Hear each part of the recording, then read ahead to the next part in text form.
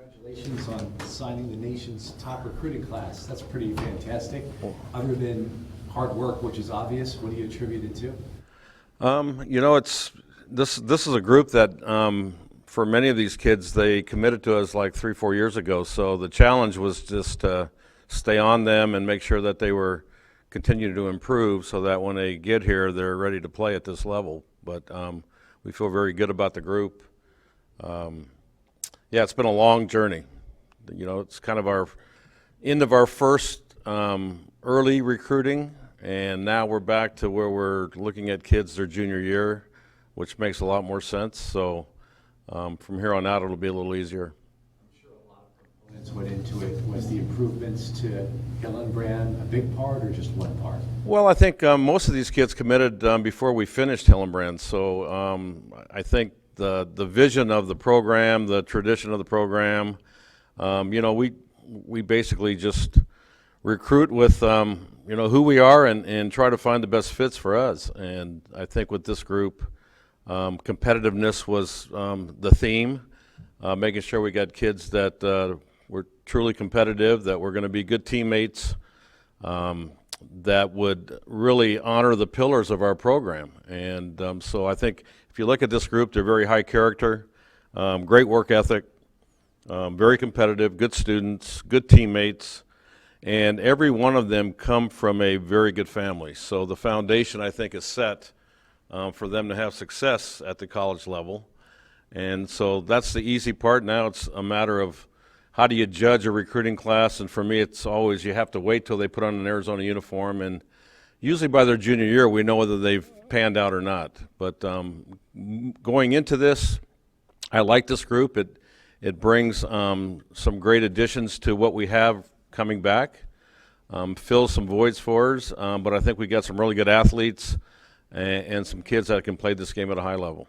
When you have twins here, were they going to go together wherever they went, or was that not necessarily the case? I don't really know that. I think that probably was a factor for them. They've been around each other forever, and they like each other. They play with each other, so I think that was definitely an advantage recruiting the both of them versus trying to split them up. Did it take you long when you saw Carly Skipman to think she might be something? Well, Greg, honestly, when I saw Carly swing a bat, the one thing that impressed me with her was her strength, but more importantly, her bat speed. Carly probably has the highest bat speed that I've ever seen since I've been coaching. And that's what makes her, I think, a really phenomenal potential to play this game and be a great power hitter at this level. And she hits the ball at all fields. So I think she still has some developing to do, but her power and her strength right now is just almost unparalleled at the stage that she's at. Coach, do you see any of these recruits as impact players, maybe pushing the starters for a position? Well, we hope all of them do. I mean, when we bring in kids, that's their goal, is to be a part of the starting lineup. And so, like I said, this group brings a lot of competitiveness to our program. I think all of them have competed at a high level. I think they know what they're getting into, and so we always want kids that are coming here to be a starter. And once they get here, then it's our job to define roles and to get them to understand that whatever their role is, they need to buy into it and be a part of a bigger group, which is our team. And I think this group will do a very good job of that. But let me kind of go through each kid real quick, and then if you have any questions, then I'll be glad to answer them. So I wrote down some notes just for time purposes. The first young lady is Jessie Fonts, a right-handed pitcher from Fillmore, California, attends Camarillo High School. Plays for the SoCal Choppers, coached by Dean Fawcett. And the reason why I mention him is because I've known Dean and Gary for a long time and really believe in what they do. But this is where Jesse Harper came from. And so I know that when they give me information, it's going to be above board. And usually they're pretty right on with people, and they have nothing to say but great things about Jess. But I think she's one of the top pitchers in this class, has had success at every level in travel ball, great command and great presence on the mound, Very highly competitive, and the thing I like about her, she's got a really high softball IQ. I think she's a kid that will make adjustments, will get better and better, and we're really excited to have her a part of this class. The second young lady I'd like to mention is Devin Netz, another right-handed pitcher. Devin just moved to Tucson from Sierra Madre, California. She's presently attending Ironwood Ridge High School. Her brother Dawson is a current baseball player here at Arizona. But this kid is a very competitive young lady, works extremely hard. I don't think there's a ceiling to her development. She loves to play the game. She works hard at the game, has good tools right now. Played last year, which really impressed me, for the SoCal A's, and they were in the final day of the national championships, the PGF national championships. And Devin really was a kid that I thought put her team on her back, both in the circle and at the plate. So she's a kid that will hit and also pitch, but she's an outstanding athlete, and we're really excited to have her a part of this group. Carly Skupin, which we talked about, left-handed first baseman from Tucson, attends Tucson High School, was a Arizona Gatorade Player of the Year in 2019, and like I said, great power and definitely the highest bat speed I've ever seen. The last 3 years, she's hit 41 home runs in high school. Plays for Oro Valley Sun Cats. Todd Judge is the coach, and I think this young lady is just fun to watch. I mean, she's a great teammate, loves to play the game, plays it hard, but again, her ceiling is very high. At this level, being able to make adjustments to better pitching more frequently is very important. But the thing I like about her, she's got power to the opposite field. The easiest thing is to be able to teach her how to pull a ball. So I think she's going to be a great addition to Arizona softball for many years. The next young lady is from Palmdale, California, an outfielder, Jasmine Perez-Chica, and she attends Palm Desert High School, plays for the Orange County Bad Busters, coached by Mike Stith. We've had many of their players, and all of them have done quite well at this level, so I feel very good about this kid and what she's going to bring to our program. But she's your typical leadoff hitter, great tools, great bat control, above average speed, very competitive, and the thing I've always liked about her, she's been hanging around the baseball locker room for many years. Her dad, Tony Perez-Chica, is the third base coach for the Arizona Diamondbacks, so she comes with a really good knowledge of the game, but just another great human being that's high character, that's going to fit in this program, and I think has a chance of being a really good player. The next young lady is a first baseman outfielder from Mission Viejo, California, and her name is Julia Kutsoyanopoulos. Okay, so you guys will have fun with that one. Better just call her G. She goes by G. And Julia signed early with us, committed early with us. Outstanding player for the Orange County Bad Busters. Another one of those pedigrees. A right-handed thrower and a right-handed hitter and a left-handed thrower, which I'm trying to find out why the parents did that. But great defensive skills. This kid plays a tremendous first base, quick as a cat, handles the glove well, gets rid of the ball well, and I think the thing for her with her ceiling is going to be her ability to develop a little more offensively.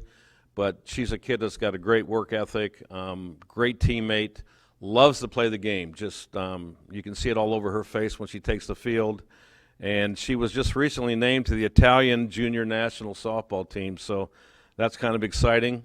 And she's going to be another really good one for us when she gets to Arizona. Then the twins, Eris and Sophia Carroll from Surprise, Arizona, Shadow Ridge High School. They play for the Arizona Firecrackers. Randy Kay is the coach. Eris is a corner, primarily a third baseman. And I think Eris has a lot of potential that she hasn't quite reached yet. I think many times that I've watched her, we need her to catch up to the speed of the game, but I think she will because she's got a great work ethic. But an outstanding young lady and very mature for her age, and I think will represent this program quite well. Sophia, her sister, is a power-hitting shortstop. Big young lady, moves very well for her size, quick hands, quick release, but her power is in the scooping area. She can hit the ball long ways, and just have been really impressed with her ability to do that throughout every level that she's played. And I think this young lady's got a chance of being a really good player at this level. Both of the twins, I will say, are very mature for their age. I mean, when you get a chance to meet them, they're going to look you in the eye. They're going to have a great conversation with you. But I think two outstanding young kids that their parents have done a really nice job getting them to this point, because they were homeschooled for a while and then have just gone into public school. And so I think both of them will do a great job in the classroom as well as on the field. And then I have, by no order, Allie Skaggs. And Allie's an interesting young lady. Started watching her a couple of summers ago, and she was living in Kentucky. Our parents just moved to Tucson. She's going to be attending Onward Ridge High School, so she'll be a teammate of Devin, both in high school, and in the summer she's playing for the SoCal Athletics, coached by Bruce Richardson. But Allie was the Kentucky Gatorade Player of the Year. She's a middle infielder, can hit for average, hit with power. My biggest goal for her right now is to increase her arm strength, which will help her be able to play more positions than right now. I'm kind of looking at her as a second baseman, but another outstanding young player that loves to play the game. And I think that's the ultimate theme of this group. You know, they're all very committed to the game, very committed to the classroom. They're all good students. But the thing we looked at was how competitive they were and what kind of teammate would they be when they got here. Because for us, our culture is probably the toughest thing to develop. And over the years, I've realized that you can have great players, but if you don't have good culture, it's tough to win the big games when things get tough. And so that's the one thing that we've taken pride in the last 3 or 4 years, is not only trying to get great athletes, but get great athletes that fit our needs as far as what type of kid we're looking for to represent this program. And I think this class will do a really nice job of that. So between this class, the new facilities, the coaching staff, the winning tradition you guys have, the fans, I mean, where do you see kind of as the state of the program right now? Well, I think if you look at the state of the program, you just need to look around the country. I mean, it's everyone is up their game, shall I say, with facilities. Recruiting has gotten a lot tougher. There's more kids playing the game. There's more parity around the country. So really, it's going out to find the best fit for you and then work your butt off to make sure these kids continue to develop. And I think, you know, that's one of the themes I talk to the parents about is, you know, a lot of times these kids think that they're, you know, they've signed, they can't wait to get here, put on a uniform, but that's when the work begins, because there's still some development that has to happen. And the thing I like about this group is they've got great work ethic, so there's no doubt in my mind. I've been watching them for the last 3 or 4 years to see if they continue to improve, and overall this group has done a really good job of that. And I think as they get a little bit older and mature a little more, you know, the physical skill set that they have is definitely good enough to play at this level, but then it's all the other intangibles that you have to have in place to be able to be successful. Obviously, you got the top class here, and you can't get anybody, you can't get everybody, and my calls to Amphi weren't answered, so I don't know. Did you try to get Christiana Watson, or was there interest from her? Apparently she's going elsewhere. Yeah, we you know, we definitely tried. We tried to follow her as much as we could, but I think, you know, that's a question that you have to ask her. We just could not get her on campus to a camp or anything.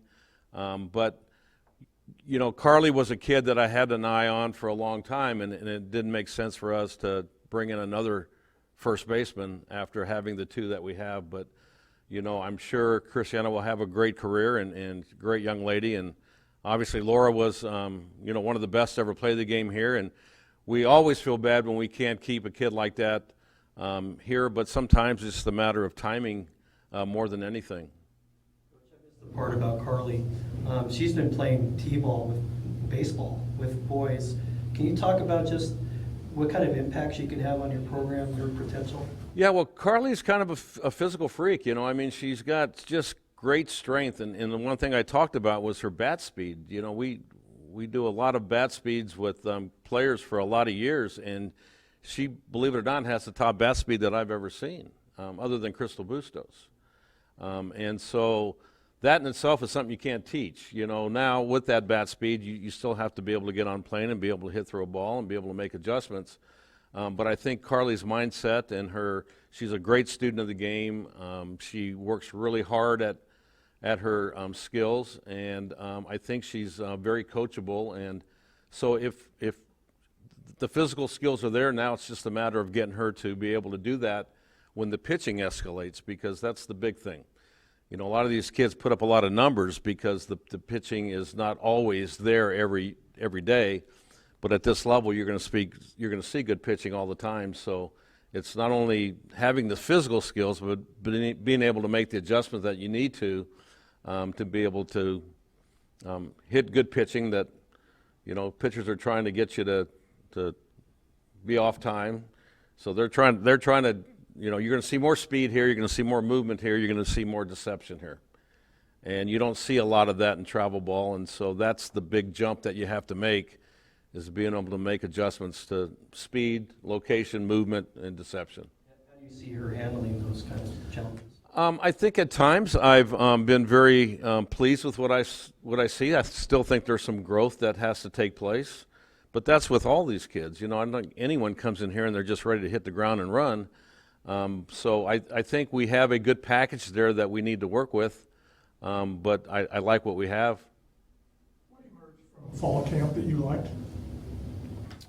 I think our depth. If there's one thing that, I thought our pitchers were very consistent, and no matter who you're playing, I think that's something that we need to have. But I think our depth, if you look at the different lineups that I put out there, I mean, there's a lot of different people in different places, and so I think that really helps, because you don't want to get in the situation during a season when one goes down and you don't have someone to take that time and take that space and be able to give you the same level. And I really believe that we have a lot of kids that can compete for us this year. So I like that. I think we're athletic. I think we've improved ourselves with our speed, which I think has been something that I've thought was a necessity the last few years. So I think you're going to be able to see some speed at the top and bottom of our lineup. I like our power, and I like our maturity. I like our senior class, and I like the body of work that they've put in and what they bring to the table, and the leadership has been really good. I think the big thing right now is we're just excited to get to February, see what this team's going to look like. But, I think the pitching depth is really good. Denham, I think, had a really good fall and is getting stronger and increasing her velocity. I think Mariah Lopez is going to be a big help to us, because you've got two pitchers that are completely the opposites. And then I think Marissa Schold and Bowen have continued to develop and done very well and are ready for this stage. And Vanessa Foreman, I think, is coming slowly, but I think that gives us a lefty that we need to be able to have on different occasions. But I like our lineup. I like our pitching. I like the way we play defense, and I really like our depth right now. How's first base shaping up? I think first base will be a matter of who hits. I mean, we have enough good athletes that can play that position, but the key is going to be to have a good combination where we don't give up a lot defensively. But I think, we have some people that can fill that void, and we're gonna definitely miss Deja. But I was really pleased with our catchers. I thought Palacios showed you that she's got good power at this level, strong arm, and Izzy. I think Izzy is got a year under her belt. I think made some better adjustments this year, And I think deceivingly, she's a really good catcher. I mean, she gets rid of the ball quick, doesn't have a great strong arm, but makes up for it with her quickness. Calls a good game, and I think Taryn does a really nice job with that, so I don't worry too much about that. But I think, both of them combined this year will give us a solid catcher behind the plate. Is Allie Skaggs connected to Jenny Dalton at all?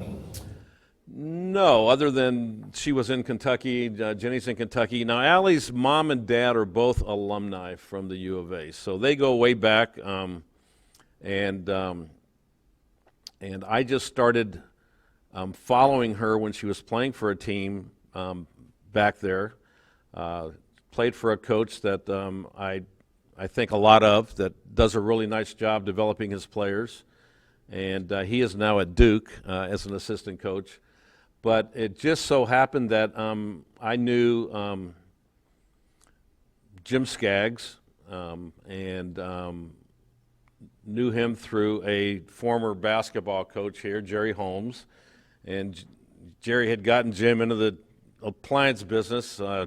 Jim is a big wig with GE, and we had a conversation. They were here for a weekend or so, and I knew they loved Tucson. And so I went out and started watching Allie, and I started watching her. I'm going, this kid's a good player and can play at this level. So it was a win-win. Got a couple of good friends here, a couple of alumni back that are giving to the program, which is good, but also got a young lady that I think is going to be a really good Wildcat forever, and looking forward to having her. And does you have a class of 8 new players coming in. Do you consider that a lot? Is there like what you typically would like to have, like 4 or 5, or Well, it varies from year to year, because a lot of times you may want 5 or 6 good players, but that class may not have 5 or 6 that fit your needs. So when you find someone that fits your needs, then I think it's a matter of just getting it done. I don't like a large class, because this class of 8 are going to be seniors sometime, and so you're filling a big void there. Back in the old days, I always loved to have 4, 4, 4, and 4.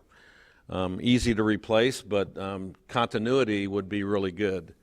But just the way recruiting goes now, and you never know what's going to happen from year to year.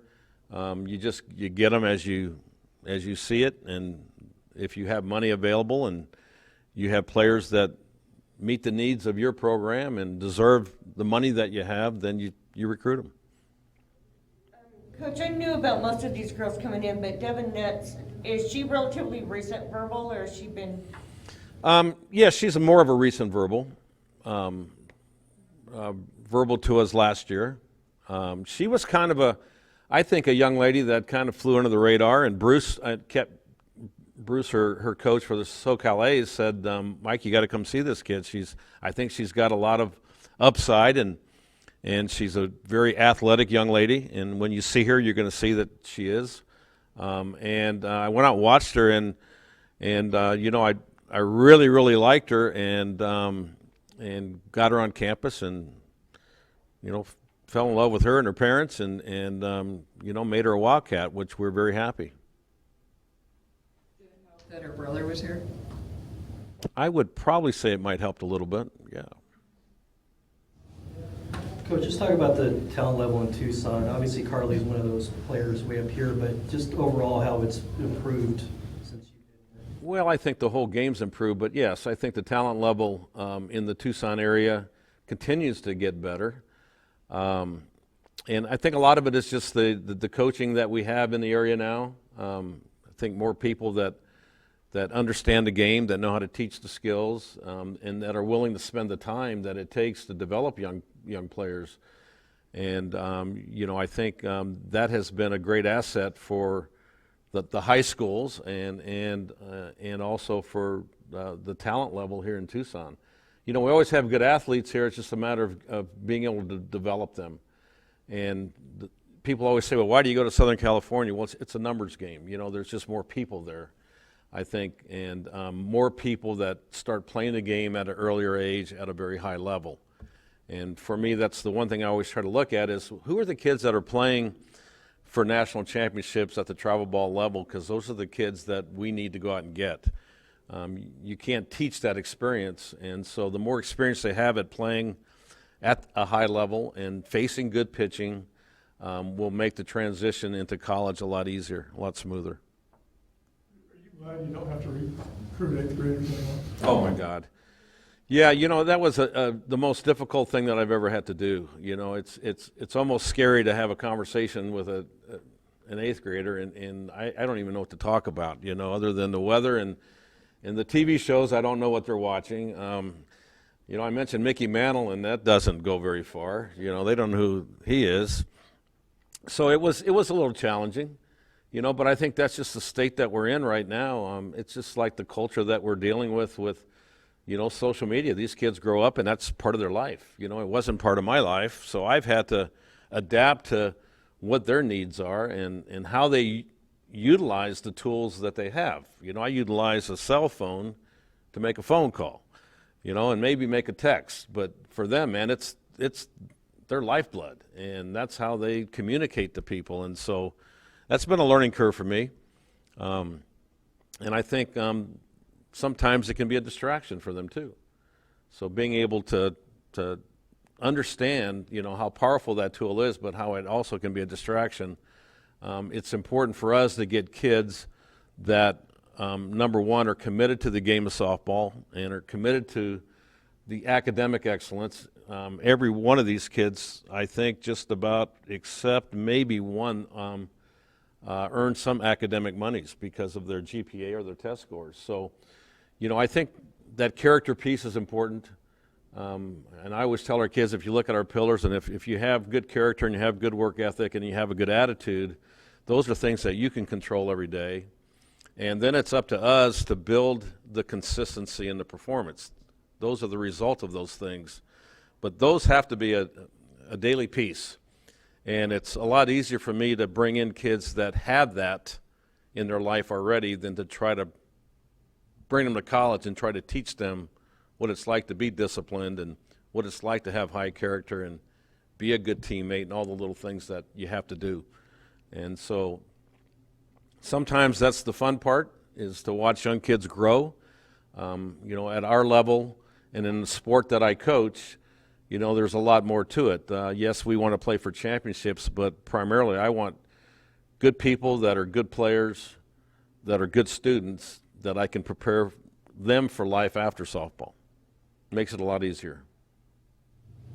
Anything else for Coach Kendra? Thanks, Coach. All right.